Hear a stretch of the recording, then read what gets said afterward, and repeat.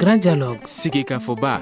Edouani wa Makaran. Le grand dialogue, l'émission de débat du studio Tamani sur votre radio. Chenibero. Halud Mauni. Cheniberi. Sigeka Foba. Le grand dialogue. Le grand dialogue. Mesdames, Messieurs, bonsoir. Nous sommes jeudi 21 mai 2015. Bienvenue à cette émission. Et merci de nous recevoir chez vous à travers nos radios partenaires. Aujourd'hui, il est question de la haute autorité de la communication qui a été donc validée. La création donc de cet organe a été validée par les députés hier seulement et le ministre était devant l'Assemblée, devant les députés donc pour défendre le projet. Nous aurons donc pour inviter à cette émission Shogel Kokala Maïga, ministre de l'économie numérique, de l'information et de la communication qui est en route pour ce studio. Nous avons également invité Gilbert Maïga qui est donc ancien secrétaire général donc du ministère de la communication. Et également avec nous Dramanalou Kone, président de la Maison de la Presse, et Dante, Bandjuku Dante qui est donc le nouveau président de l'Union des radios et télévisions libres du Mali. Merci à vous messieurs pour votre disponibilité. Je suis Famoussa Sidibé, Nuhumdire est à la technique. La haute autorité de la communication, est-ce une avancée ou bien un organe de plus dans le cadre de la régulation des médias au Mali? Le ministre de l'économie numérique, de l'information et de la communication, porte-parole du gouvernement, était donc devant les députés pour défendre le projet qui a été adopté à 125 voix pour contre 0. Alors, l'unanimité donc des députés, sa principale mission est la régulation du secteur de la communication dans le domaine donc de l'audiovisuel, de la presse écrite, de la publicité par voie de presse audiovisuelle et écrite et de la presse en ligne à cet effet. Elle a pour attribution donc l'autorisation de création de services privés de radiodiffusion et de télévision, entre autres. Alors, nous allons voir avec d'abord nos invités qui sont présents à cette émission, Draman Alou et Bandjougou Dante. D'abord, Bandjougou, qu'est-ce que cet organe apporte de plus dans le cadre de la régulation des médias au Mali? Famoussa, je vous remercie beaucoup de nous avoir donné l'opportunité de nous exprimer sur la HAC. C'est l'occasion pour moi de féliciter les députés de la République d'avoir voté à l'unanimité cette loi qui, à mon sens, est une avancée significative. Parce que pendant longtemps, au Mali, on a souhaité la mise en place d'un organe unique de régulation des médias. Aujourd'hui, quand on fait l'état des lieux de la presse au Mali, on se rend compte qu'effectivement, une structure comme la haute autorité, la HAC, a bel et bien sa place dans le paysage médiatique malien. Alors, Draman Aloukouné, vous êtes président de la Maison de la Presse, mais également directeur d'organes. Aujourd'hui, qu'est-ce que la HAC apporte de plus en plus des autres organes de régulation? Moi, je n'aurais pas le même message. Il faut attendre l'ordre des députés parce qu'ils ont chaque député le document. L'esprit initiateur du projet n'était pas ça. Déjà, la question d'un organe unique a été ratée parce qu'on n'a pas pu mettre fin à la mission de comité égal d'accès aux médias d'État qui va continuer à exister. Et là, c'est un problème constitutionnel. Il faut aller à un référendum pour changer ça parce que c'est un organe qui a été créé par la Constitution et pour le faire remplacer, il faut passer par un référendum. Au-delà de ça, j'ai été déçu par le chacutage, les schémas pour par les députés au contenu du document. C'est un organe très politisé dont le contrôle est tenu par les pouvoirs. Et surtout qu'on sait que dans nos pays, quand le pouvoir exécutif et le pouvoir législatif sont des mèches, généralement, et sous les 9 membres, 6 viendront des politiques. C'est qu'ils ont tué l'esprit d'indépendance de cet organe. Certainement, avec la pratique, on fait là, ceux qui vont être désignés vont être indépendants vis-à-vis de leurs bienfaiteurs, entre guillemets. Mais c'est qu'aujourd'hui, quand j'ai un sentiment de déception, et surtout qu'on n'a pas compris qu'il faut mettre en place un organe qui va servir à la fois des médias et que la politique, la régulation dans son ensemble. Mais l'esprit qui a prévalu chez nos députés, comme toujours, cette volonté de nous canarder, de nous maîtriser et à la limite de nous manipuler. Et j'espère que l'avenir va me donner tort, mais j'ai le sentiment aujourd'hui d'une grande déception, à la limite même d'un dégoût de la politique, parce qu'on ne peut pas continuer à vouloir politiser tout. D'accord. Alors, Bandjougou Dante, vous êtes président de l'Union des radios et télévisions libres du Mali. Avant la création, au moment donc de la loi, de la signature de l'ordonnance, on évoquait un problème de choix des hommes. Aujourd'hui, les hommes sont choisis. Est-ce que ces hommes font l'unanimité? Est-ce qu'ils sont crédibles? Bon, moi je crois qu'il y a une clé de répartition qui est là, et en tout cas en ce qui concerne les professionnels de la presse, c'est par élection que les membres ont été désignés par leur père. Maintenant, nous souhaitons que ceux qui vont être proposés par les politiques soient également des membres du secteur.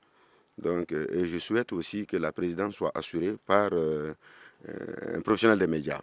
Donc c'est vrai, c'est une institution qui a une part de politique, mais il y a une part aussi technique dedans. Nous souhaitons quand même que pour mieux réguler la presse, il faut que ce soit fait par des hommes de la presse. Donc je crois que je ne peux pas faire de commentaires d'abord sur le choix des hommes, mais ce qui est sûr, ceux qui ont été élus, il n'y a pas de problème. Parce que par leurs pairs, donc ils ont été élus par leurs collègues, donc je pense que c'est sur la base des critères bien déterminés qu'ils ont été élus. Donc nous pensons que ceux qui ont été élus par les organisations professionnelles de médias sont des gens qui peuvent jouer un rôle important. Mais nous souhaitons que la présidence aussi soit assurée effectivement par les professionnels de la communication et de la communication. D'accord. Alors, avant d'entrer plus en profondeur dans cette émission, Dramanalou, vous avez parlé d'un toilettage par les députés. Qu'est-ce que les députés ont enlevé de si primordial à cette... En fait, il y a d'abord le mode de choix. Chez nous, c'est une élection qu'on a opérée et qui a été vraiment démocratique. On a élu nos 3 représentants.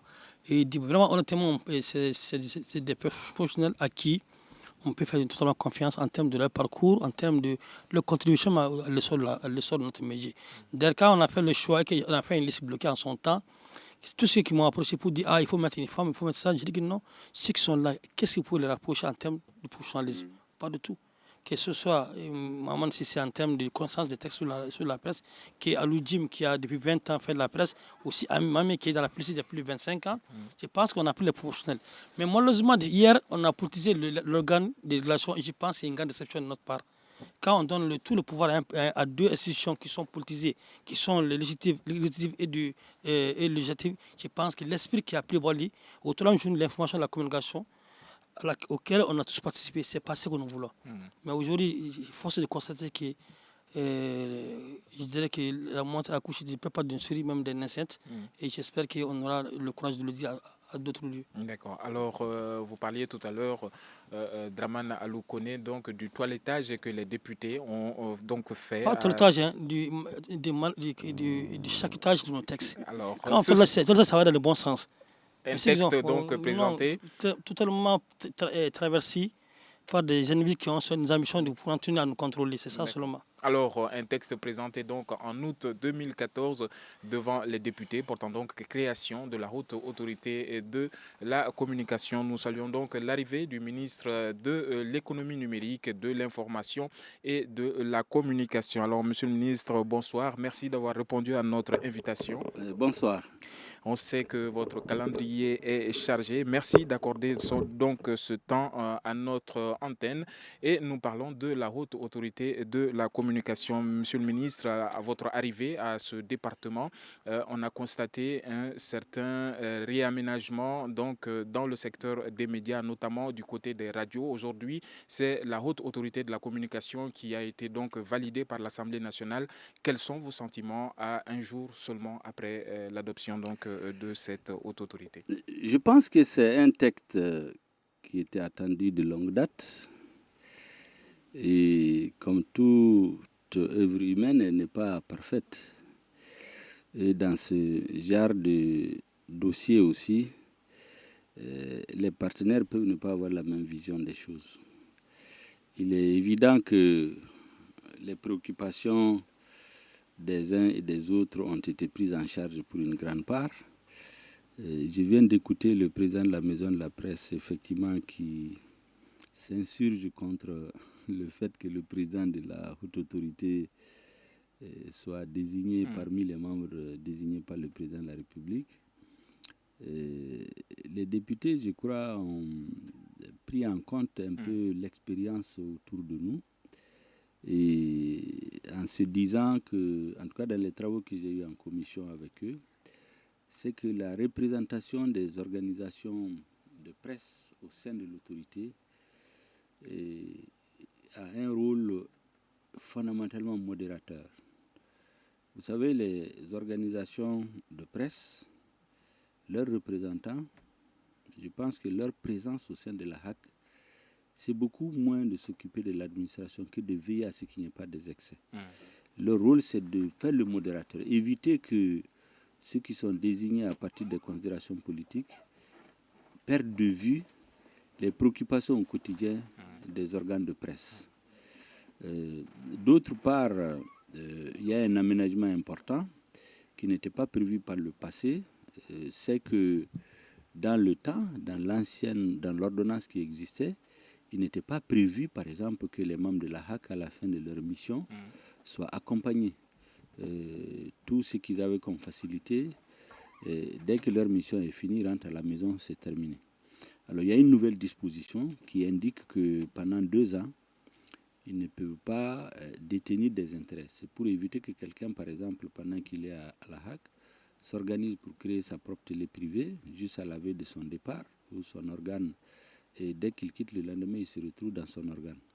Donc, pour des questions d'éthique, il y a une période sabbatique pendant laquelle il ne doit pas agir dans le secteur. Maintenant, ce que les députés ont retenu, me semble-t-il, c'est intéressant, c'est de dire que l'intéressé doit être accompagné sur le plan financier pendant un certain temps, pendant 1 année, de manière à ce qu'il ne se retrouve pas totalement dans une situation de précarité. Vous avez aussi le fait qu'ils ils sont inamovibles en réalité. Ils ne peuvent pas être poursuivis, on ne peut pas les relever avant la fin de leur mandat.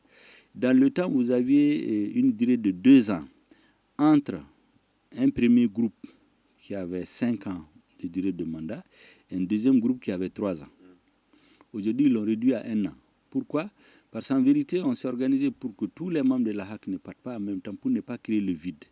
Donc, il faut qu'il y ait une mémoire qui permette aux nouveaux qui viennent de prendre le train et de pouvoir être à jour par rapport à tout le travail qui a été fait. Et donc, ça aussi, c'est réglé.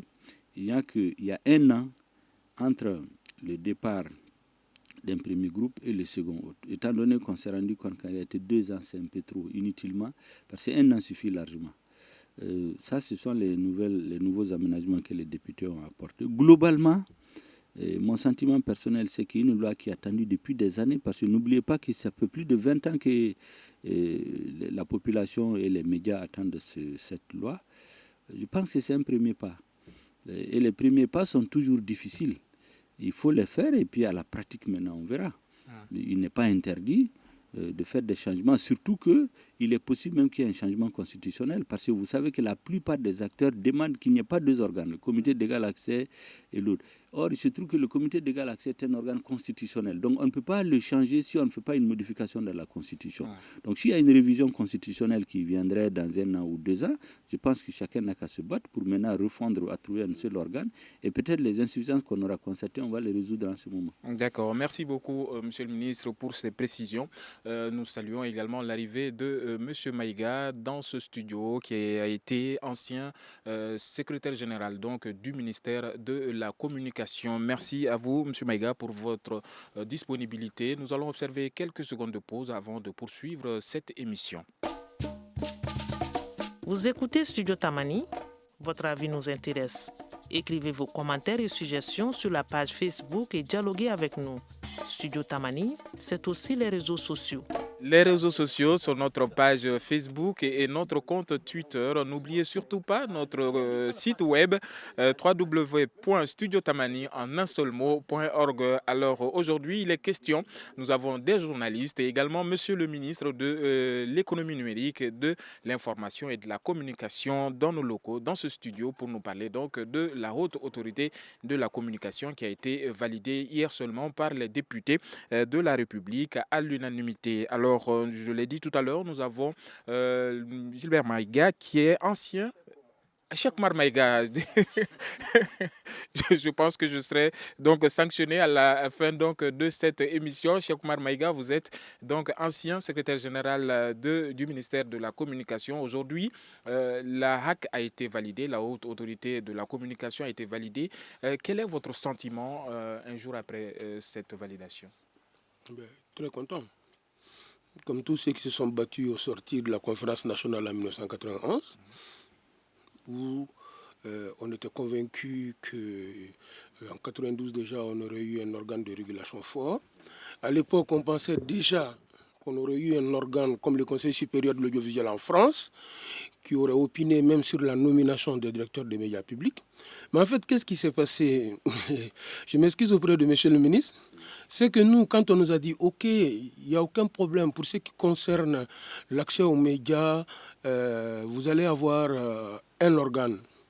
Nous, on était très contents. Mais en réalité, on était avec des hommes politiques. Ce qui était important pour eux, c'est l'accès à leur thème. Donc, ils nous ont piégés. Donc, au sortir, moi, à l'époque, je me souviens, j'étais conseiller technique, on nous a dit de réfléchir très rapidement. Donc, on a fait les premières journées nationales de réflexion sur l'information et la communication en décembre 1991. Et on a dit, bon, on va créer un organe. Alors, donc, c'est là qu'on a réfléchi sur la création de l'organe de régulation. Donc, on a sorti des projets de loi. Maintenant, quand nous avons soumis ça à l'appréciation des juristes, ils nous ont dit, attention, c'est précisé que pour l'égal accès, il y aura une loi organique. Et les juristes nous ont dit, une loi organique ne peut porter exclusivement que sur son objet. Or, au sortir de la conférence nationale, on parlait d'égal accès aux médias d'État. Maintenant, qu'est-ce qui se passe? Il y a une confusion qui s'est installée, où pendant des années, même des confrères, des grands confrères disaient qu'il y a deux organes de régulation. En réalité, il n'y a jamais eu deux organes de régulation. Une chose est l'égal accès, l'autre chose est la régulation.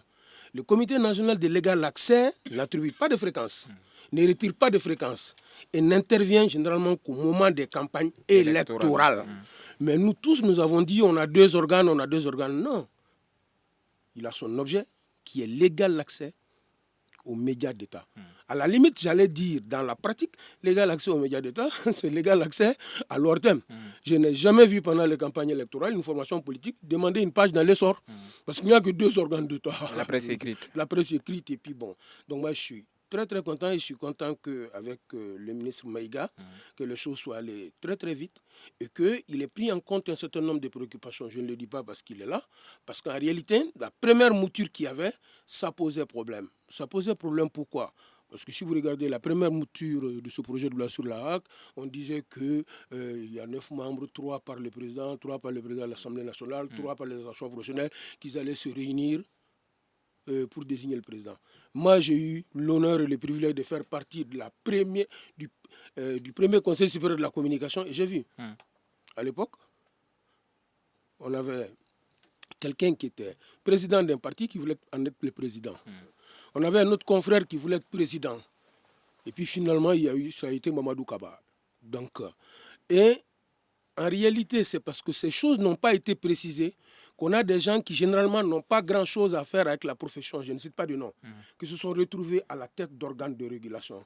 Et j'ai dit quelque part, la famille médiatique s'est longtemps battue pour avoir cet organe-là. Regardez tout ce qu'on a, tout ce cafarnium qu'on a au niveau des radios, de la presse écrite. Bon, souvent, mon petit frère Dramana le connaît là, j'ai dit il y a des gens qui ont créé des journaux, mais tous les journaux tiennent sur une clé USB qui cherche une imprimante charitable. D'accord. Alors, je vais justement passer... Donc, je vais justement... Merci. Donc, non. Merci beaucoup. C'est pourquoi. Non, merci beaucoup, Cheikh Oumar Maïga, pour ces précisions. Draman Alou. Donc, moi, je suis très content et très heureux qu'aujourd'hui, on ait une loi qui prenne en compte l'ensemble de nos préoccupations. Et Draman Alou est là. On a réfléchi sur ces questions-là encore en 2010 à Sélingué. Il est là. Et nos collègues, à l'époque, le ministère s'est un peu tenu à l'écart, ils ont rédigé tous les articles. Donc je suis content que tout ce qui a été dit soit aujourd'hui Draman pris en compte. Ok, alors peut-être que tout n'est pas pris en compte, Draman Alou. Aujourd'hui, est-ce que vous pensez qu'avec cette nouvelle autorité de la communication, c'est un gendarme de plus pour les médias? Là, déjà, c'est certainement, je n'aime pas ça. Parce qu'on pense que c'est là avec des cravates pour nous côté. Ce n'est pas ça. C'est aussi un organe qui doit réfléchir au développement des médias. Qui doit conseiller l'État, qui doit mettre l'ordre dans notre métier. Mais malheureusement, quand j'entends le détail, on dirait que des gens sont là pour nous et décapiter tous. Mais le plus important, quand j'ai le sentiment d'avoir un organe politique, dont si les présidents viennent des rangs politiques, parce que c'est qu'on va désigner des copains des hommes politiques, celui qui a fait la campagne pour eux, celui qui écrivent des articles pour eux. C'est là qui est décisif. Moi, je ne suis pas du tout content de la manière dont les gens seront désignés. Depuis longtemps, j'ai toujours dit ça. Deuxièmement, je veux aussi qu'on essaie de nous capitaliser. Pourquoi le président désigne? C'est une élection entre nous. On peut aller à une élection entre nous. Et en fait, il y a un problème qui s'est posé. Depuis le départ, c'est les politiciens qui ont tout et tout mélange dans notre métier. Tu prends les organes qui sont sur la clé. Quand de boudins, les journaux ont été créés par les hommes politiques, 70% des radios sont des politiciens qui l'ont créé. Et quand un cadre a un poste, parce qu'il veut canadier un voisin et créer son organe, et ils n'ont aucun courage. Sinon, on sait quels sont les textes qui sont là. Applique les textes qui sont déjà en vigueur. On dit bac plus 4 ans pour avoir créé un journal. Mais il y a des gens qui ont créé des journaux sans aller à l'école. Et qui les autorise? C'est les pouvoirs publics.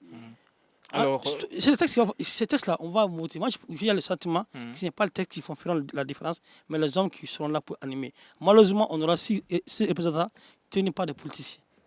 Alors aujourd'hui, je me tourne vers le président de la Maison de la Presse, de l'Union des radios et télévisions libres du Mali, Bandjougou Danté. Alors Bandjougou, est-ce que avec cette nouvelle autorité, vos radios, les radios qui couvrent donc le réseau URTEL, vont pouvoir exercer en toute quiétude? Bon, nous, comme je l'ai dit au départ, notre souhait c'est que cette structure, bien que politique, soit... Non, cette structure soit dominée effectivement par les professionnels du secteur. Et en même temps, nous souhaitons quand même que la présidence soit assurée effectivement par ceux qui sont dans le domaine de la communication. Maintenant, en ce qui concerne le cas des radios, aujourd'hui, nous sommes riches en radio, alhamdoulilah. Mais en réalité, notre secteur a effectivement besoin d'un organe de régulation comme la HAC pour réglementer tout ce que nous savons aujourd'hui comme insuffisance, notamment l'attribution des fréquences, notamment même le contenu de certaines émissions qui passent et qui fâchent, malheureusement, il faut le dire. Mais il ne faut pas penser que c'est nous qui sommes en faute. Les fréquences, ce n'est pas l'URTEL qui attribue, ce n'est pas non plus les radios qui attribuent. C'est l'État qui attribue. D'accord. Et alors, j'arrive. Comment nous nous sommes retrouvés dans cette situation? Ça aussi, il faut qu'on se pose la question. Donc, nous pensons que la HAC est une institution qui permettra à l'État de gérer les désordres que l'État lui-même a créés dans le secteur. Merci beaucoup, Bandjougou Danté. Je rappelle que vous êtes le président de l'Union des radios et télévisions libres du Mali. Ce genre d'espace, ça n'existe que chez nous. Alors, merci beaucoup, Monsieur le ministre, pour votre déplacement. Vous venez d'entendre les différents acteurs du secteur de la radio et de la presse écrite. Aujourd'hui, Monsieur le ministre, quels sont les défis que cette loi va devoir mettre en place? Le premier défi à lever, c'est d'abord l'existence. Les uns et les autres viennent de dire que c'est un texte qui attend depuis plus de 20 ans. Ça veut dire qu'il faut commencer par quelque chose. Lorsque nous sommes venus, nous avons trouvé que le texte a été renvoyé. Parce qu'en vérité, il y a des échanges qui sont importants entre les députés et ceux qui font les lois. Parce que n'oublions pas encore qu'il y a des organes ou des institutions, disons, qui sont élus pour agir pour toute la population. Et donc, parce qu'elles sont des institutions politiques, ne les disqualifie pas, ne fait pas d'elles des institutions qui ne sont pas objectives. Au contraire, c'est parce que ces institutions sont élues par la population qu'elles ont vocation à parler au nom de tout le monde. Alors que les professionnels du secteur, eux, ils ont une vocation essentiellement corporatiste. Pour veiller, c'est pourquoi je dis leur rôle à la HAC, ça doit être un rôle de modérateur pour éviter que ceux qui sont désignés au nom de toute la population, mais qui n'ont pas une connaissance approfondie des mécanismes de fonctionnement du secteur, n'aient pas une approche purement administrative ou politique, mais que les professionnels aussi viennent peser de leur foi pour dire attention, il y a ci, il y a ça. C'est pour cela que je crois que le temps va nous montrer que les appréhensions de la Maison de la Presse ne sont pas fondées. Le fait que le président de la République désigne le président de la HAC ne fait pas de cet organe un organe non indépendant. Je dois rappeler que dans la sous-région, et même des pays dits démocratiques qui sont très avancés par rapport à notre pays, en tout cas dans la nomenclature habituelle, c'est le président de la République qui désigne. Parce que c'est l'institution la plus légitime. C'est cette institution qui parle et agit au nom de toute la population, et y compris les paysans, les éleveurs, les commerçants qui n'ont rien à voir avec l'exercice de la profession, mais qui sont des consommateurs de l'information. Il est bon, je pense que les députés ont été sages de faire cela. Ensuite, je vous dis que le président de la HAC, c'est quand même le chef d'une institution qui a énormément de pouvoir dans ses mains. Il faut être prudent comme on est à nos débuts. Et comme je dis, le temps va nous montrer si peut-être d'ici 1 an ou 2 ans, il y a une réforme institutionnelle. Peut-être on aura identifié les insuffisances de cet acte, et si les forces vives, comme je dis, vont se battre pour qu'on ait un seul organe, le comité d'égal accès, la HAC disparaisse au profit d'un nouvel organe. Peut-être on tiendra compte des insuffisances qu'on aura constatées. On est à nos débuts, quelque chose qu'on a attendu pendant 20 ans. Maintenant qu'il s'est mis en place, on se donne la main pour le faire fonctionner. Et ça dépendra des personnalités qui vont l'animer. Moi, j'ai quitté la tête d'un organe de régulation pour devenir ministre. Je vous assure que les textes, c'est peut-être 20 à 30% de l'indépendance de l'organe. Les 60 à 80% de l'indépendance de l'organe dépendent des personnalités qui l'animent. Et je crois que le fait qu'on leur ait donné un mandat de 7 ans, non renouvelable, et ils sont inamovibles, une fois qu'ils sont nommés, personne ne peut les enlever. On ne peut pas les poursuivre. Donc, en quelque sorte, sauf vis-à-vis de la population, ils ne sont tenus par personne. Et c'est pour cela qu'on a essayé d'aménager même une sortie pour eux, pour éviter de les mettre dans la précarité tout de suite. C'est aussi une forme, c'est pour renforcer le prestige et leur indépendance. C'est pour cela que moi, je trouvais que les députés ont été très sages. Et ils ont fait beaucoup d'études, ils ont regardé comment ça se fait autour de nous, comment ça se passe dans la sous-région. Et je crois que pour un début, il faut se contenter de ça. Après, l'expérience va nous montrer si c'est vrai ou non, si c'est bon ou non le choix qui a été fait par l'Assemblée nationale. D'accord. Alors, Monsieur le ministre, juste une précision. La presse en ligne également fait partie donc des prérogatives que la HAC doit donc réguler. Aujourd'hui, est-ce que la HAC a une vue sur le réseau Internet, par exemple? Mais bien sûr, quand elle va s'installer, elle doit se donner les moyens techniques, technologiques, humains et financiers pour exercer sa fonction dans toute sa plénitude. C'est pourquoi je dis beaucoup va dépendre des personnalités qui vont la diriger. Vous savez, moi j'ai quitté la tête de la MRTP pour venir. Mais vous savez qu'il y a beaucoup de Maliens qui pensaient que c'est une structure qui a été créée juste quand je suis sorti du gouvernement. Mais elle existait depuis 1999. Elle existait 9 ans avant que je n'arrive. Moi j'ai fait 7 ans à la tête. Et donc, c'est pour dire que les hommes qui vont animer la HAC, beaucoup va dépendre de leur capacité de prendre des initiatives, de leur détermination à réaliser. S'ils viennent s'asseoir comme des employés qui attendent juste qu'on leur dise faites ceci, donnez ceci, donnez cela, ils risquent de ne pas aller loin. Il faut qu'ils se battent, qu'ils se lèvent, qu'ils décrochent tout et après qu'ils exercent leur autorité dans toute la plénitude. Je pense que la presse sera là pour veiller donc à l'application de ce que la HAC entend mettre en place. Alors nous allons observer quelques secondes de pause avant de poursuivre la troisième et dernière partie de cette émission. Une réaction, un avis, un commentaire. Réagissez sur la page Facebook de Studio Tamani et restez connectés avec nous. Studio Tamani sur les réseaux sociaux pour vous faire entendre. Les réseaux sociaux, si vous entendez des discussions autour de moi aujourd'hui, c'est qu'il y a des journalistes dans ce studio et en plus d'eux, il y a le ministre de l'économie numérique, de l'information et de la communication. Alors vous entendez les journalistes, il n'est jamais facile de les inviter et de s'en tenir au silence. Merci donc à vous pour votre présence. Cette émission est consacrée aujourd'hui à la haute autorité de la communication qui a été validée donc hier par les députés de la République. Alors, Cheikh Oumar Maïga, vous êtes ancien secrétaire général du ministère de la Communication. Comment garantir avec l'arrivée de la HAC, comment garantir aujourd'hui l'autonomie des médias et face à la précarité, comment est-ce que la HAC entend exercer pleinement ses droits? Ok, merci. Moi, je pense que j'aimerais d'entrée déjà apporter une précision. En fait, ce projet de loi-là, au départ, c'est le fruit d'un travail inclusif et participatif, au niveau duquel la presse était beaucoup plus présente que les gens de la presse d'État.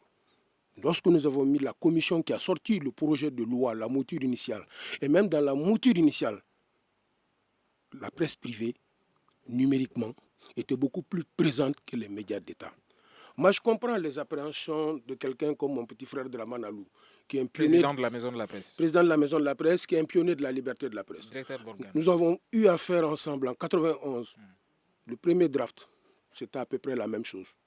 Je co-présidais les premières journées de réflexion sur l'information et la communication. En décembre 1996, pareil.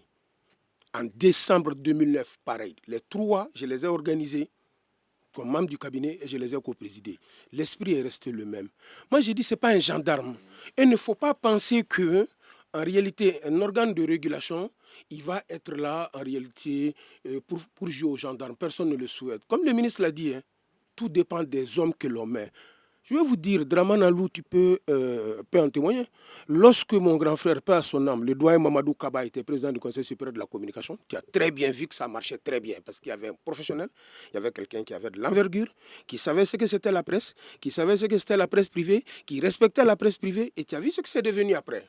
Et là, je suis d'accord avec le ministre Maïga lorsqu'il dit tout dépend des hommes. J'ai toujours dit, et c'est le point de vue du ministre, je crois, que dans ce pays, il ne peut pas avoir deux presses. Une presse privée qui ne marche pas et une presse d'État qui marche. Non. Ou on avance ensemble, ou on périra ensemble, ou on disparaîtra ensemble. Maintenant, ce que je veux dire, en France, au Sénégal, au Niger, au Bénin, au Burkina Faso, je parle des cas que je connais de façon systématique. Le président de cette institution est désigné par le président de la République. Ce qui ne veut pas dire en réalité qu'il n'est pas indépendant. Ce qui ne veut pas dire qu'il n'est pas, indépendant.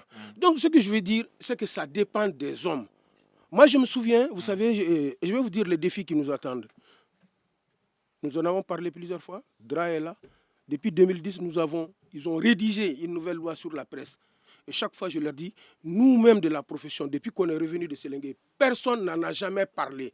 Et si cela existait, quelqu'un comme Boukari Ndaw ne serait pas allé en prison. Merci ça a été rédigé par la presse privée. Les défis qui attendent la presse, en réalité, même l'aide à la presse, non seulement elle est dérisoire, il faut penser à l'aide indirecte. Il faut penser à une aide en réalité beaucoup plus adaptée aux difficultés de la presse. Comment on peut avoir une imprimerie où, par exemple, 20-30 journaux peuvent aller imprimer leurs journaux.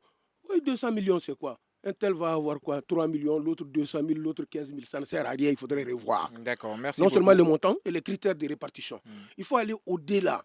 Est-ce que nous pouvons avoir des studios de production pour un certain groupe de radio? Parce que c'est de ça qu'il s'agit d'abord. Est-ce qu'on peut avoir l'aide indirecte? Monsieur le ministre vient du secteur des télécommunications, où on peut avoir un abattement de 70 à 75% sur les frais téléphoniques. C'est ça le vrai défi. Et c'est à ça que la HAC doit s'atteler. Merci, Cheikh Oumar Maïga. Je rappelle que vous êtes ancien secrétaire général du ministère de la Communication. Alors, Draman Alou, On sait dans ce pays-là, on sait comment les choses fonctionnent. Voilà la Cour constitutionnelle. Elle a jamais contredit la position du gouvernement. réagit au propos de... Non, écoutez, il faut se dire la vérité. Non, quel homme. Les gens, moi, je donne un exemple. Quand un gars de l'EPM va créer une télévision et que moi je vais postuler, le gars, on va donner la télévision au gars de l'EPM. C'est clair. D'accord. Alors, il y a 6 personnes qui sont issues des gens. C'est la vérité.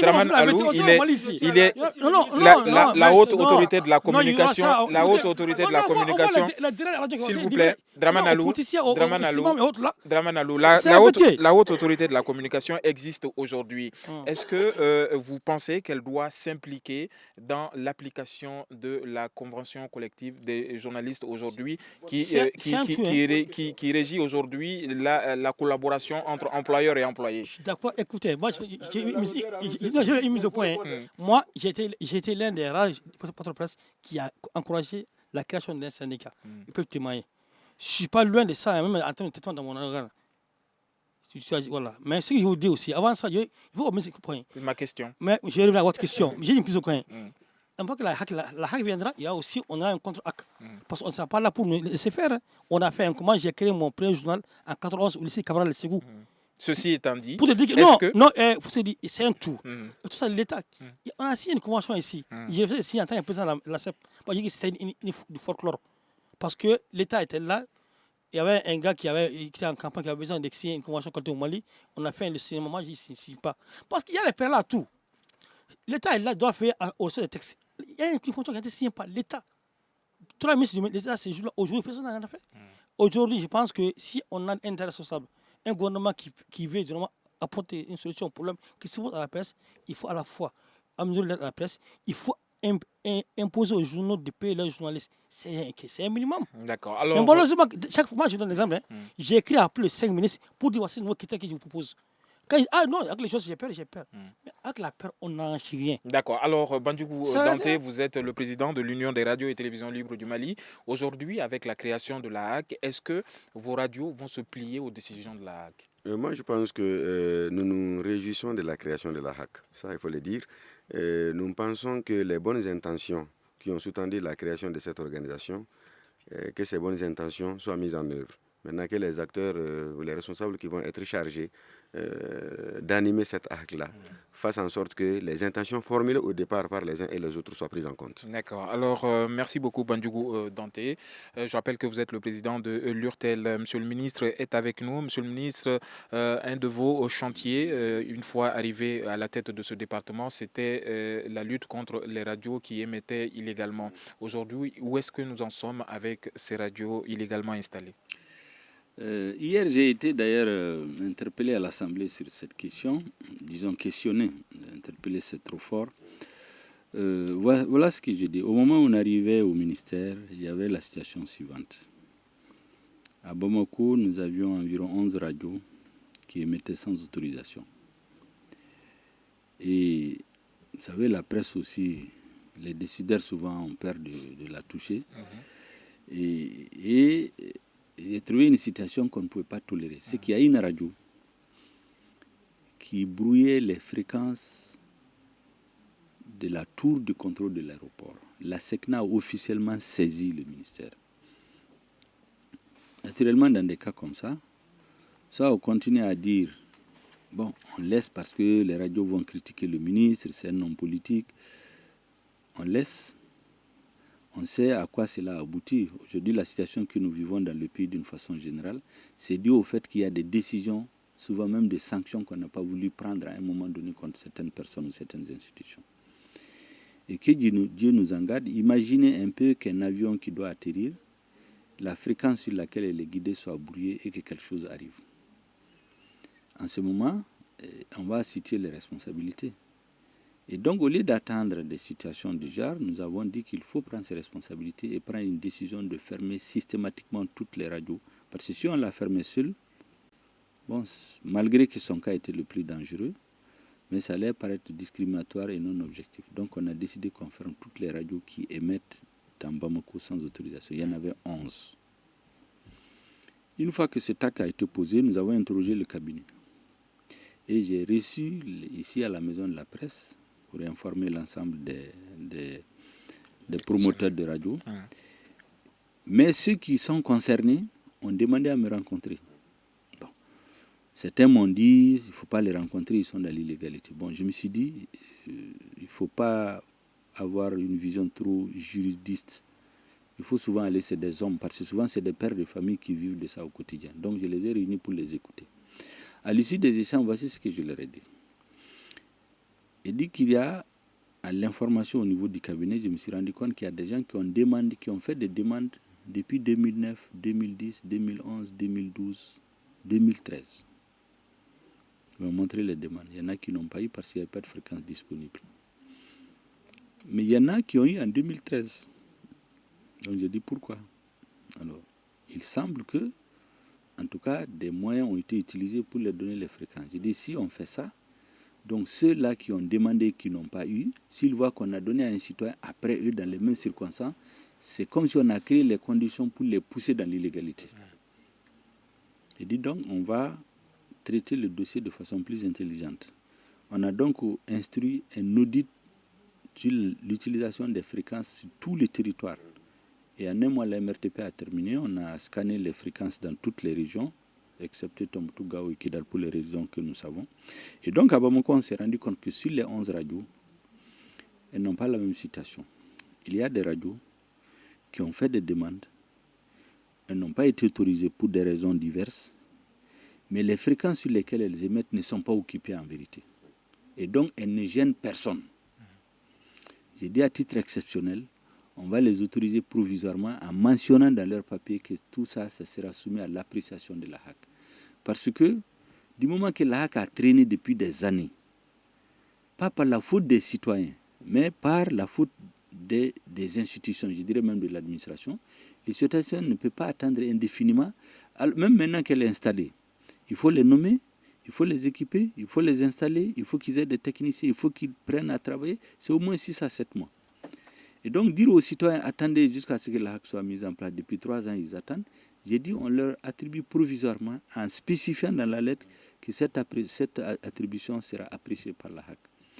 Maintenant, il y en a qui n'ont pas de... Mais leur problème, c'est qu'eux, ils émettent sur des fréquences des radios qui sont déjà autorisées. Je leur ai dit une formule, j'ai dit, vous savez, la liberté de chacun finit là où commence celle des autres.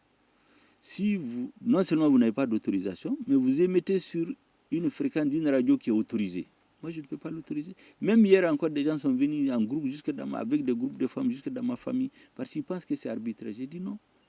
Il y a des élus qui étaient très fâchés. Ils ont fait un groupe, j'ai reçu un groupe de députés dans mon bureau, qui m'ont dit qu'il y a des gens qui ne sont pas d'accord.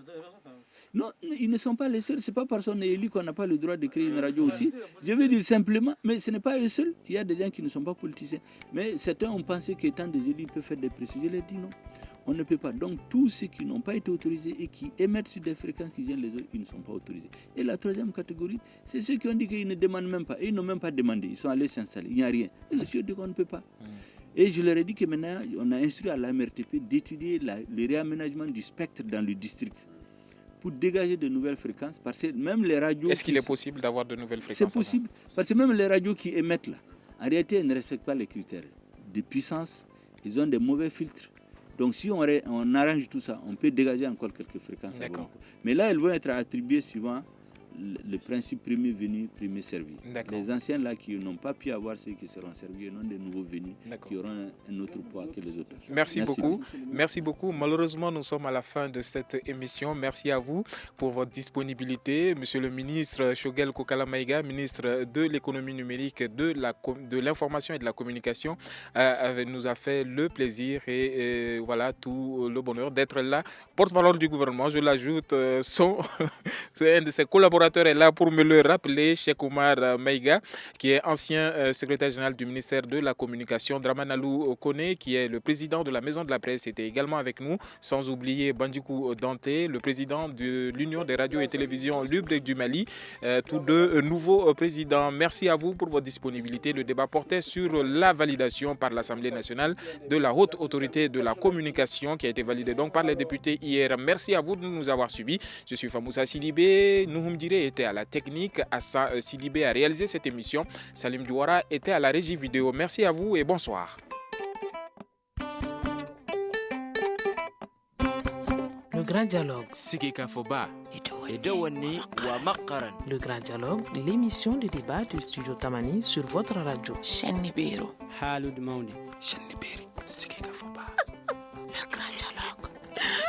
Le grand dialogue.